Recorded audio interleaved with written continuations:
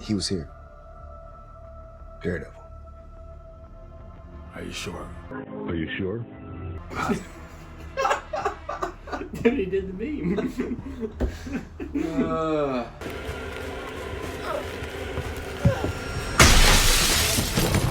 Oh, yeah.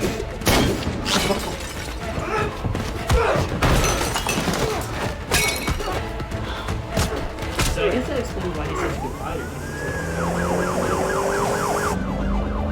That music. Yeah, duel of the fates.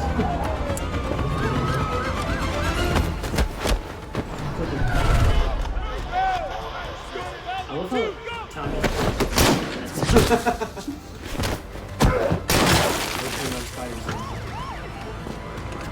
Approaching the north entrance. Stand by the breach. Yeah, I really don't know. Stack up! Like, if they go in there and both of them are in there, they're gonna get them down. Yeah. Hopefully Heather doesn't.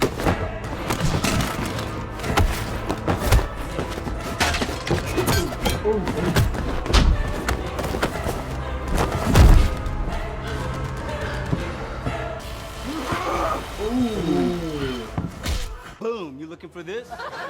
Welcome back to BoomShot. I'm Colby and this is Kale, and we just watched Daredevil Born Again episode 7. Are you sure? Are you sure? I'm pretty sure, but They're a spoiler trash warning. bag into space. Spoiler warning, if you haven't seen it yet, we're about to talk about it. Let's get into it. Dude, what an episode. That was a banger. Yeah, that was a really good episode. I was really like on the edge of my seat the whole time watching this one. Yeah, for sure. I mean, I guess we could recap the episode, or we could just jump straight into kind of the main event. Yeah, I mean, it picks up right where the last one left off. Yeah. Just trying to like Kingpin and Daredevil trying to hunt down Muse. Yeah, which is funny because, like, I don't know if we said this in last week's episode, but it's ironic that they're almost working together at this point. Yeah, they're working towards a common goal, but at the same time, like, Matt's only focused on that goal, but now Kingpin's like take out Daredevil and Muse. Mm-hmm. Now he's kind of trying to stop Daredevil from stopping Muse almost in a way too. We see in this episode he takes the credit for it. Yeah, it gives his task force the credit. Which I'm sure Matt's fine with that, honestly, because I feel like if people know that Daredevil's back, it adds more pressure for him to continue picking up the persona consistently, maybe. So if people are like, oh, Daredevil was there, like, which I know the BB report kind of reported that as well. Like, she's out there letting people know that Daredevil was there. But Muse is dead, so... Yeah, that was kind of crazy. I didn't expect it to all happen so fast, like, especially with Heather finding out in like, their very next therapy session. But I think that scene was very well done. Like, the slow realization that she had. And the nosebleed was such an interesting way. And he started, like, writing with the blood. Yeah. That was a really interesting way to reveal that to her.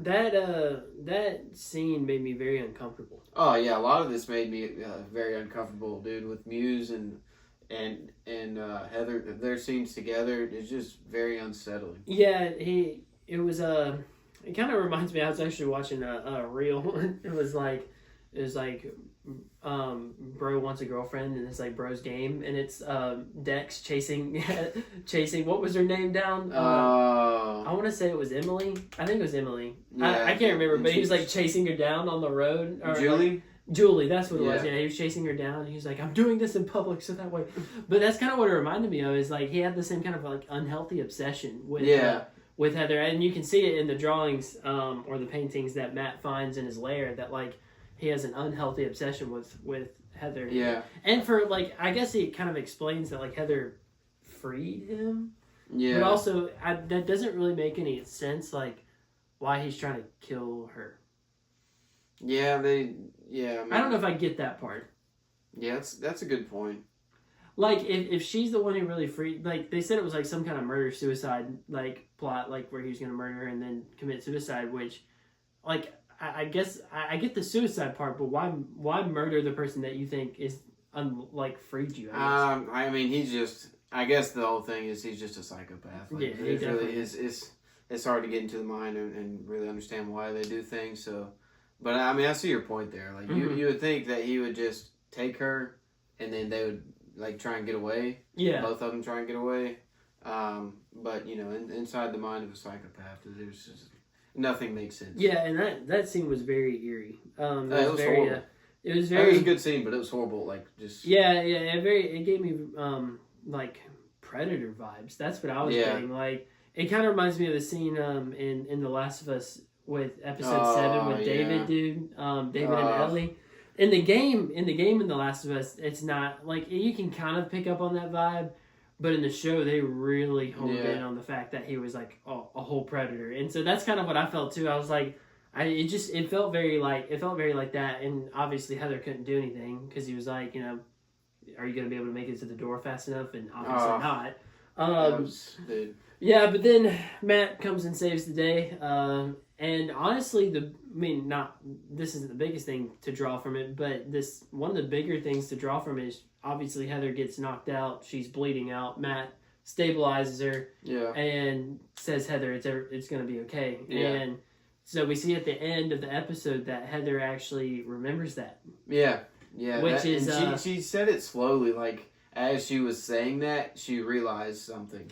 Well, and I think the combination of her seeing Matt's bruises and stuff like that, probably heard a news report that night that Matt was gone, that his lair had been infiltrated. Matt has bruises. Then Matt shows up again to fight, or then Daredevil shows up again to fight Muse, and then knows her name, like. And she would probably recognize his voice, kind of, and you can see the beard. Yeah. And I just remember this one scene where they were talking about vigilantes and how Matt is always like their lawyers and stuff, and he didn't really want to talk about it, if I remember, like especially about the Punisher. Yeah. So maybe she's drawn that connection now, and she knows. I feel like I definitely feel like she's made that connection, which in a way might be good for her, because right now, I mean, and she says it about Muse, but like you can't even say my name, or you can't even talk to me without your mask on. Yeah. Because, like, he was a coward, and so in her mind, putting a mask on is cowardice. But Matt saved the day, which to him is a huge risk, because if he is unmasked, his entire life is completely thrown in jeopardy. So, and hers too. Yeah. It would have been, and anyone around him. That's a good point. I'm really interested to see how these last 2 episodes play out. If she does know, that could put her in harm's way. Mm-hmm. Do you think she makes it through the rest of the season alive? I mean, I guess Muse is dead now. Muse is dead. He's the main threat. But she knows something that might be valuable.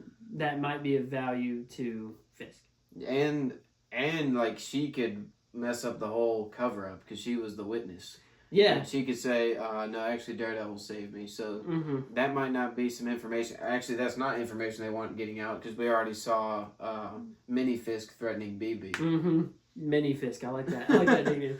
Yeah, no, that's a good point actually, I mean, so she is in danger for sure, which that leads us to kind of another big thing that happened this episode, but it seems like Vanessa set Fisk up to be killed by Luca, but I can't help but think that she set Luca up to be killed by Fisk. Yeah, because the text, dude. Also, I'm pretty sure this was like, I think they mentioned this episode, the carrot and the stick. Dude. When she typed out he's AL, I thought for sure we were about to see he's alive. Because I've been thinking she's harboring Foggy somewhere. If she would have texted he's alive, I would have lost my crap. But yeah, he's alone, so it seems like, she was like, because she had talked with Luca saying, either join me or give permission. And it seemed like she was going to join him at that point when she said he's alone. But yeah, I think that she was just setting Luca up to get offed. Yeah, that's certainly what it seems like, and the only reason I think that is because, one, I mean, obviously she knows Fisk better than anybody, but two, she would have known that he had Buck. Yeah, like Buck is basically his new what's that dude's name? Wesley. His new Wesley. So like, that was kind of cold though. Like, I thought Fisk was going to turn on and beat the crap out of him, but he doesn't even make it to Fisk before Buck shoots him. So yeah, that was really interesting because like him eating alone at the restaurant is kind of like a random thing anyways. It'd be kind of a setup, but we know Fisk does that. He just randomly eats alone. So I guess it would have made sense if he was doing that normally, but it just seems like a setup to me. Yeah, I don't know. That was kind of my take on it. Was like I thought, wow, Vanessa really turned on Fisk, but then I started thinking about it, I was like, nah, I feel like she set Luca up. Yeah.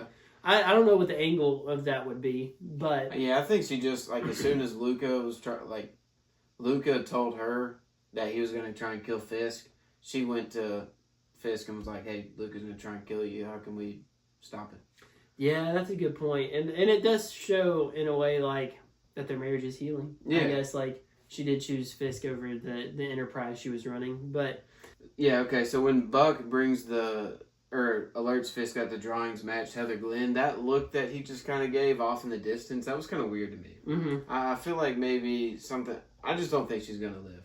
And it's unfortunate because she's really grown on me. I know we were kind of thinking we thought she was a sussy therapist there for a minute. minute. We were off on that one. Yeah. But yeah, I don't know. I hope she survives. Maybe she just moves out of New York. Might be for the best. Yeah, honestly. but considering how the last 24 hours have gone, but...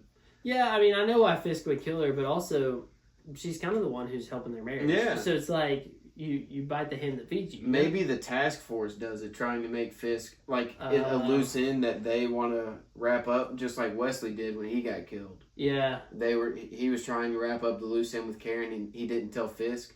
That was like the first time no one told Fisk what was going on. Yeah, and then what happened? He ended up dead. He got cooked. So maybe they find out that Heather's a loose end, and they try and wrap it up under Fisk's nose, and then they kill her. She dies somehow. And that's what gets Punisher involved, and then the killing of an innocent person, that'll definitely get Punisher involved. by the task force.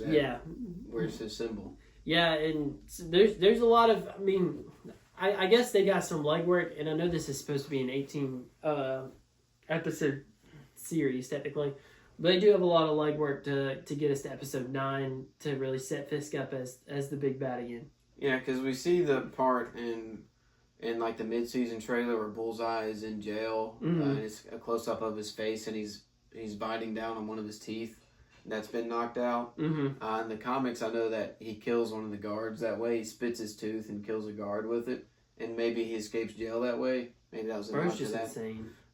So we still got Bullseye. I think maybe it'll end with him escaping. That'll really be all we see of him. Because I think they have to wrap it up with Punisher. We know he's going to come back in Fisk and the Task Force. That's the main thing to me right now. Yeah, but I will say this episode was it was very good. Like I know we were a little down on last week's episode. Was it 5? I guess would have been the bank heist one. Yeah, episode 5. Yeah, that one. Which I guess looking back on it now after watching our friends over at New Rockstars their breakdown on it, there were some connections that I think I missed, but. This episode definitely returned back to that kind of like OG and it put us back in the main seat of what's going on. And it was very tight. I don't know. I'm assuming that the Punisher task or whatever they call themselves, the anti-vigilante task force, wasn't in the original cut of the show. And Muse was, but it's very interesting because they showed up after. Muse was already dead, so that's kind of how they worked that in, I guess. Yeah. And it was pretty seamless. Yeah, and we got to figure out, we get to see all of the different Stitches, but obviously Season 2 is going to be much more airtight, which is good to know. Yeah. But anyway, let us know what you guys think. Did you like the episode? Thank you guys for watching. See you in the next one.